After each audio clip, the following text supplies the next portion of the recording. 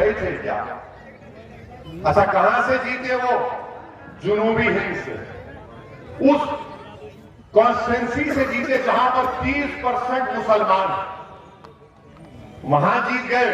और ये साफ जब मजलिस की बात आती, नहीं नहीं नहीं, ये नहीं, ये ठीक नहीं है, ये ठीक नहीं है। कांग्रेस पार्टी का ये हाल है, समाजवादी पार्टी का ये हाल है, मगर सब के सब चौधरी बने हुए सेकुलरिज्म के, और सब ये समझते हैं कि मुसलमान कहां जाएगा उनको छोड़कर, मुसलमान कहां जाएगा उनको छोड़कर। मेरे अजीज दोस्तों और बुजुर्गों, मैं आपको ये नहीं कह रहा हूं कि उनको छोड़कर मुझे अपना लो, मैं आपसे कह रहा हूं कि अपने आप को अपना लो, अपने आप को अपना लो, अपने बारे में सोचो। अब याद रखो मेरी इस बात को, ये जो फिरका परस्ती, ये फैशिज्म, ये मुसलमानों से नफरत की जो अंधेरे की रात है, ये रात लंबी रहने वाली। उत्तर प्रदेश के अजीज लोगों, याद रखो, ये रात लंबी रहने वाली है। अगर तुम ये उम्मीद लगाकर बैठे हो कि अंधेरी रात में कोई सेकुलर पार्टी का अपनी चिराग लेकर आएगा, नहीं लेकर आएगा। इस अंधेरी रात में अगर तुम ये गलत सोच रहे हो कि कोई क्षमा जलाकर मेरे घर को आएगा, नहीं, तुमको इस अंधेरे में अपनी क्षमा को जलाना पड़ेगा, इस अंधेरे को तुमको छाटना पड़ेगा, इस अंधेरे में तुमको एक ताकत बन के उभरना पड़ेगा। और वो अंधेरे का तेल तुम्हारा इत्तेहाद होगा, तुम्हारे आंसू होंगे, तुम्हारी ताकत होगी, और होगी इंशाअल्लाह होगा।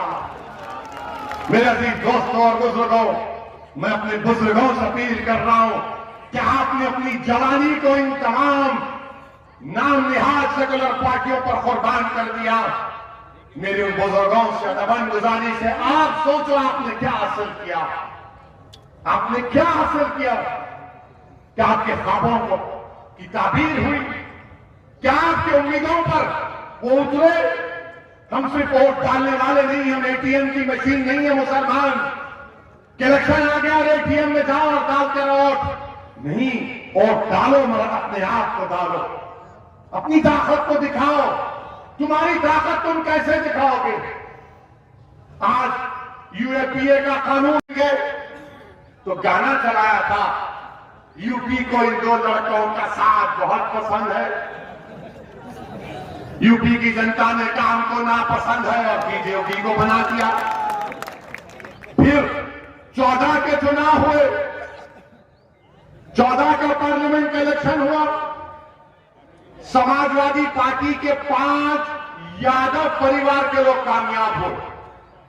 बाप, बेटे, पत्नी, दोनों भाई, हम नहीं थे। अब आप बताइए आपकी वोट की अहमियत क्या है?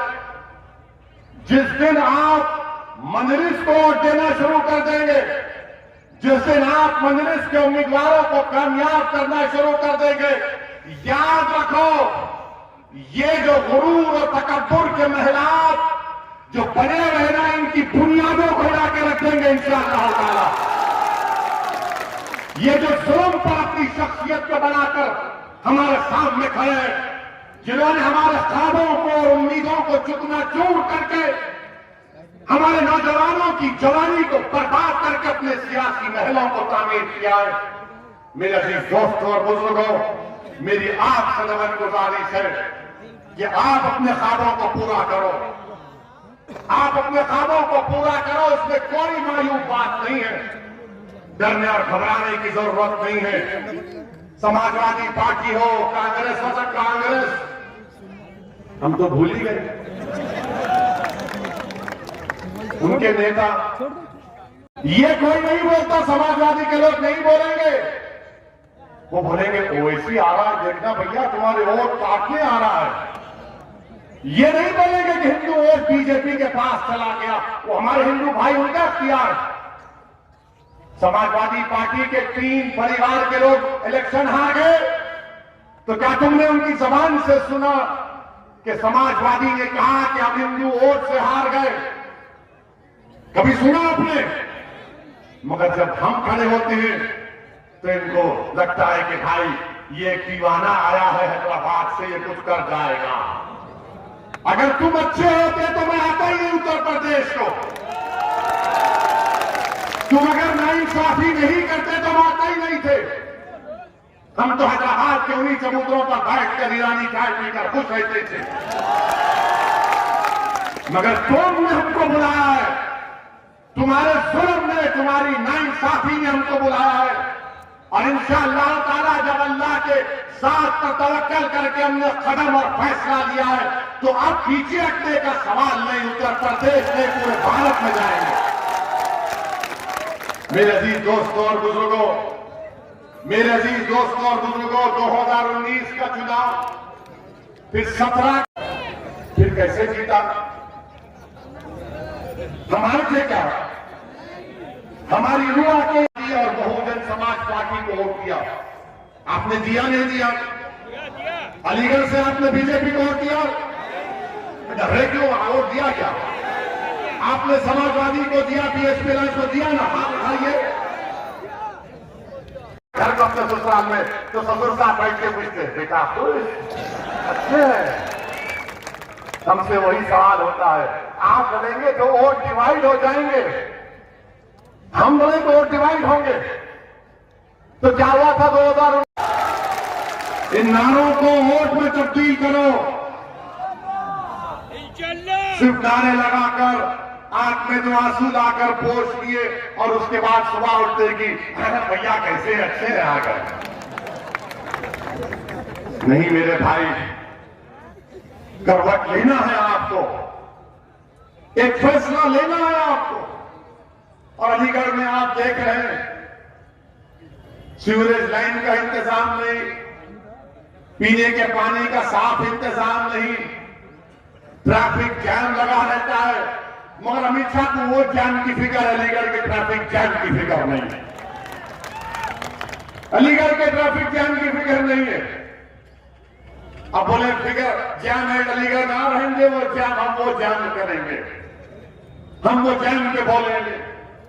मेरे अजीज दोस्तों और बुजुर्गों, ये जो अपने यहां मजलिस को गाली देते हैं, मजलिस पर इल्जाम लगाते हैं कि मजलिस वोट डिवाइड करती है, आएंगे आपकी वोट की अहमियत भी नहीं है। मैं कह रहा हूं आपको, उत्तर प्रदेश में मुसलमानों की वोट की कोई अहमियत नहीं है, कीमत नहीं है। अगर तुम्हारे वोट की कीमत और अहमियत होती तो अमित शाह ये जबान इस्तेमाल नहीं करते। अगर तुम्हारे वोट की कीमत होती तो आजम खान जेल में नहीं होते। अगर तुम्हारे वोट की कीमत होती तो तुम्हारे बच्चे स्कूलों में होते। तुम्हारे वोट की कीमत होती तो तुम पर गोलियां नहीं चलाई जाती, तुम पर फूल बरसाए जाते। अगर तुम्हारे वोट की कीमत होती तो तुम्हारे बच्चे ग्रेजुएट होते, हमारी बच्चियां पढ़ती। तुम्हारे वोट की कीमत होती तो तुम्हारे मस्जिदों की हिफाजत होती। तुम्हारे किसी भी वोट की कीमत और अहमियत नहीं रही। अब इसकी अहमियत और कीमत को अगर जिंदा करना है तो सियासी क़यादत को पैदा करो। हां, अगर तुम खुश हो, अगर तुम खुश हो कि मैं अखियार के चौखट पर जाकर सर झुकाऊंगा, अगर तुम मुतमईन हो कि मैं गुलामी का हक अदा करूंगा, अगर तुम खुश हो कि मैं इसी हालत में रहूंगा, मैं इसी तरह पिटता जाऊंगा, मिटता जाऊंगा और नाइंसाफी का सैलाब मुझ पर आता रहेगा, मैं इस तरह की जिंदगी नहीं गुजार सकता। मैं घुटन में अपनी जिंदगी नहीं गुजार सकता। मुझे सांस लेने की आदत है, मुझे खुली जहन चाहिए, खुला एटमॉस्फेयर चाहिए। जमहूरियत में मुझे अपना हक चाहिए, मुझे मेरी आवाज उठाने का हक चाहिए। मैं अपना हक चाहता हूं, पार्लियामेंट हो, ये उत्तर प्रदेश की विधानसभा हो, मैं चाहता हूं कि मेरी आवाज को सुना जाए, मेरे मसाइल को हल किया जाए। मेरे अजीज दोस्तों, मैं बहुत नारे सुन रहा हूं, पिछले 10-12 साल से नारे सुन रहा हूं। इन नारों को संविधान का अलग है, जो हमारे मुजाहिदीन आजादी ने ख्वाब देखा था, जो वो खुद उस पर अमल करते थे, मगर ये सियासी पॉलिटिकल सेकुलरिज्म धोखे के लिए इस्तेमाल होता है। बताइए आप मेरे अजीज दोस्तों और बुजुर्गों, ये सेकुलरिज्म है कि उत्तर प्रदेश में कितने लोगों को गोली मारी गई, क्रिमिनल अगर पकड़े गए तो फिर 31% गोली मार दी गई, एनकाउंटर हुआ। क्या यह सेकुलरिज्म है कि उत्तर प्रदेश में मुसलमानों का लिटरेसी रेट 58% है? यह सेकुलरिज्म है? और मुस्लिम खवातीन का, महिलाओं का 50% है। यह सेकुलरिज्म है? तुम इस सेकुलरिज्म के नाम पर दोगे आप?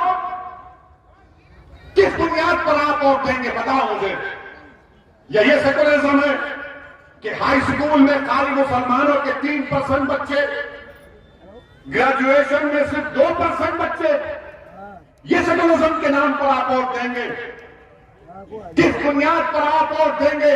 अगर उत्तर प्रदेश और भारत का मुसलमान इन चीजों को गौर नहीं करेगा, या आदाद और शुमार को, डेटा को गौर करके सही फैसला होगा। आपने तो कसम खा ली है। हम जिस मिलते हैं तो बोलते हैं असद साहब आप बहुत अच्छा बोलते हैं, पार्लियामेंट में दबा कर बोलते हैं, टीवी पर बहुत अच्छा बोलते हैं। हम जब आप टीवी पे आते हैं, हम लोग सब घर के लोग बैठकर देखते हैं। मैंने पूछा क्या मैं कोई गुलकार हूं क्या आप मुझे देखकर मेरे गाना सुनने के लिए? ये क्या आसमान से आए थे? क्या अल्ताफ को खुदकुशी देकर उड़ के चले गए? या नागपुर से आए थे? कहां से आए थे? ना मालूम। अंग्रेजी में कहा अनडिस्क्लोज्ड, अननोन पीपल। वाह बाबा, क्या कार चला रहे आप।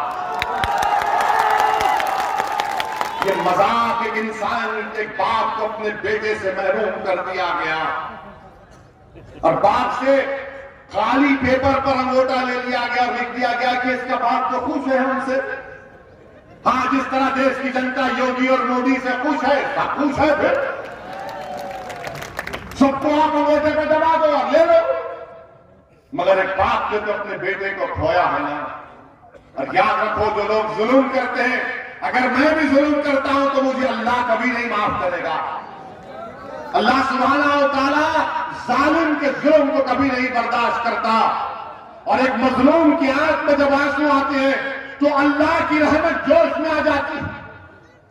तुमने एक बाप से उसका बेटा छीना, इंशाअल्लाह ताला अल्लाह इंसाफ करेगा। अल्लाह की लाठी में देर है, अल्लाह की लाठी में आवाज है, याद रखो। तुमको मालूम भी नहीं होगा, तुमको मालूम भी नहीं होगा जिन्होंने अल्ताफ को मारा, जो जुल्म कर रहे हैं, चाहे किसी मजहब के हो। डरो अल्लाह से, डरो कुदरत के निजाम से। जुल्म करने वालों, फिरौन भी जुल्म किया, नमरूद भी जुल्म किया, यजीद भी किया, मगर इनका जुल्म खत्म हो गया। दुनिया में नाम हक का था, हक का रहेगा। दुनिया में मजलूमों को इंसाफ मिला, इंसाफ मिलेगा इंशाअल्लाह। मेरे अजीज दोस्तों और बुजुर्गों, और फिर आप ये भी देखते हैं कि लोग बार बार मुझसे कहते हैं कि सेकुलरिज्म की बात, लोग बार बार कहते हैं कि सऊदी ओवैसी तुम सेकुलरिज्म को कमजोर करना चाहते हो। वेयरहाउस के बाजू दुकानें कहां की गाय, कहां की स्मगलिंग, तो आपने रातों रात उनको ट्रांसफर कर दिया। अमित शाह जिक्र करते हैं आजम का, हम पूछना चाहते हैं अमित शाह, आपने अल्ताफ का क्यों जिक्र नहीं किया? यही कासगंज का अल्ताफ जिसका इल्जाम था कि कोई बच्ची को लेकर भागा, अल्ताफ को लाया गया पुलिस स्टेशन में और दुनिया को बताया गया कि 2.5 फीट की नल की टूटी से अल्ताफ ने खुदकुशी कर ली। अगर कोई पुलिस को कासगंज का जो सस्पेंड हुआ है, अगर वो मुझे ले जाकर उस बैतुल खला में टॉयलेट में अपने गले में रस्सी डालकर मुझे बताएगा कि इससे आदमी मर सकता है, वो अगर मरने के करीब आएगा तो मैं खुद रस्सी निकाल लूंगा उसके गले से। बताओ उनको, बताओ उनको। 2.5 फीट की टूटी को कोई खुदकुशी कर सकता है? और अल्ताफ की जान ले ली गई। वो कासगंज के जिन पुलिस के ओहदेदारों को सस्पेंड किया गया वो नाकाफी है, उनको अरेस्ट होना चाहिए, 302 का मुकदमा लगना चाहिए।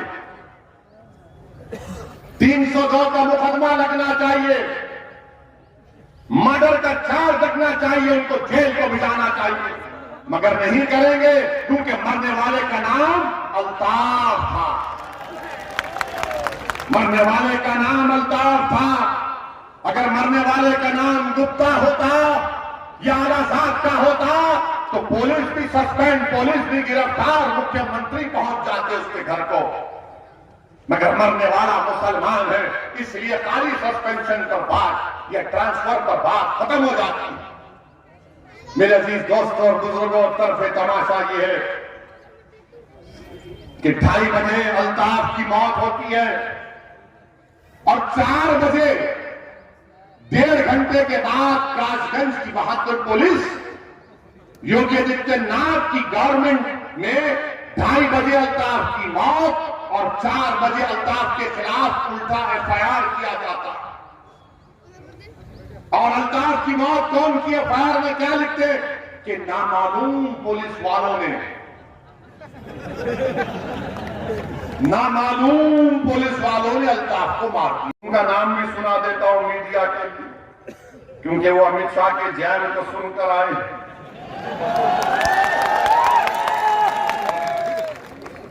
गाजियाबाद लोनी में मुस्तकीम, सलमान, मोनू, इंतजार, आरिफ, नाजीम और बोलो, इनको गाजियाबाद के स्टेशन इंचार्ज राजेंद्र त्यागी ने और वहां के इंस्पेक्टर ने ले जाकर इनके घुटनों के पास गोली मारी, छोटी सी, बड़ी नहीं, छोटी सी गोली मारी और कहा कि लोग गाय की स्मगलिंग कर रहे थे, गाय की।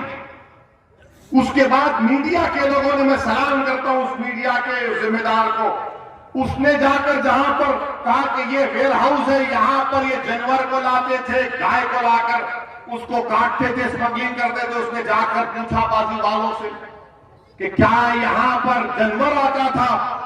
तो उसने कहा नहीं, ये तो स्क्रैप बेचने का जगह है। जब सबने कह दिया कि कुछ नहीं आता था, ये तो स्क्रैप बेचने की जगह है, माने जहां पे इनकाउंटर हुआ वहां पर बाजू, तो फौरन योगी आदित्यनाथ की सरकार ने क्या किया? राजेंद्र त्यागी का ट्रांसफर कर दिया, राजेंद्र त्यागी का ट्रांसफर कर दिया, इंस्पेक्टर का ट्रांसफर कर दिया। और अमित शाह बोल रहे हैं कि गोली मारते हैं। ये गोली मार रहे हैं आप, ये गोली मार रहे हैं मुसलमानों को, जहां पर कोई गाय की स्मगलिंग नहीं, आपने सिर्फ मार दिए। और मैं पुलिस वालों से कह रहा हूं, याद रखो, याद रखो, हमेशा बीजेपी इख्तिदार पर नहीं रहेगी, याद रखो, याद रखो मेरी इस बात पर। अगर तुम यकीन नहीं कर रहे तो मणिपुर का एक केस सुप्रीम कोर्ट में चल रहा है। मणिपुर की पुलिस ने 70 लोगों का एनकाउंटर किया, वो केस चल रहा है बरसों के बाद, और हम नहीं भूलेंगे, हम कभी नहीं भूलेंगे कि चीज को याद रखो, कोई नहीं, कोई जुल्म को नहीं भूला जाएगा। समाजवादी लोग के लोग भूल सकते, हम नहीं भूलते, ना हम दोस्तों को भूलते हैं, ना जालिम के जुल्म को भूलते, और इंसाफ के लिए लड़ते रहेंगे, याद रखो। आज तुम एक हुकूमत के दबाव में आकर गोलियां चला रहे हो, याद रखो, एक एक गोली का इंशाअल्लाह अल्लाह भी साथ लेगा और कोर्ट भी लेगा। पैसे कम कर दिए, 10 रुपये, 20 रुपये। जब आप 20 रुपये कम कर सकते हैं तो आप 40-50 रुपये भी कम कर सकते हैं, क्यों नहीं करना चाह रहे आप? गरीबों का वोट लेंगे और गरीबों का खून भी चूसेंगे, और महंगाई गरीबों को मार रही है। गरीब परेशान है, मगर ये लोग क्या कहते हैं? जैन, जैन। अरे खाने को खाना नहीं है, तुम कौन से जैन की बात कर रहे हो? मेरे अजीज दोस्तों और बुजुर्गों, ये बीजेपी का, और फिर हर तरफ से आप देख रहे हैं कि यहां पर अलीगढ़ मशहूर है, ब्रास के स्टैच्यूज बनते हैं, ताले बनते हैं, मगर क्या ये बात सच नहीं है कि नोटबंदी ने, जीएसटी ने, लॉकडाउन ने तमाम कारोबार को तबाह बर्बाद करके रख दिया? नोटबंदी ने, जीएसटी ने, लॉकडाउन में बर्बाद कर दिया। वेल्डिंग का काम होता था, वेल्डिंग के काम के लिए उस सिलेंडर में ऑक्सीजन की जरूरत पड़ती। 1000 लोग, 1000 यूनिट बंद हो चुके। मगर बीजेपी के लोग बात करेंगे तो जे की बात करेंगे या जैम की बात करेंगे या फलां की बात करेंगे। मेरे अजीज दोस्तों और बुजुर्गों, और फिर अमित शाह कहते होम मिनिस्टर हैं देश में। बताओ अमित शाह, उनका बेटा जेल में इसलिए है क्योंकि उसने 4 किसानों को अपनी गाड़ी से रोक दिया, अपनी राइफल से गोली चलाकर उनका कत्ल किया। और आप उसको अपना मंत्री बनाकर अपने बगल में बिठाकर लखनऊ में कहते हैं कि मैंने टेलीस्कोप से दूर दूर तक देखा, कोई क्रिमिनल उत्तर प्रदेश उधर नहीं आया। तो किसी ने कहने वाले ने कहा अमित शाह बाजू खड़ा है, तुम सामने देख लो बाजू।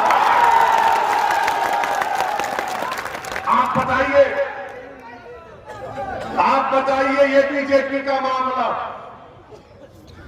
पेट्रोल की कीमत आसमान को छू गई। बोलते थे, हम नहीं बोलते, मुसलमान जिन्ना नहीं बोलता कभी, मगर ये लोग बोलते, जिसमें सब शामिल है। आप बताइए कि देश के होम मिनिस्टर हैं और नाम ले रहे हैं किसका? हैदराबाद को भी आए थे, हैदराबाद को भी आकर बहुत हमारे बारे में तस्करा किया। हर जगह हैदराबाद जब कभी आते अमित शाह या तेलंगाना आते बोले ओवैसी ये। हमने कहा पूरे भारत के अगर कोई लैला है तो उसका नाम असदुद्दीन ओवैसी के सब में मशहूर है।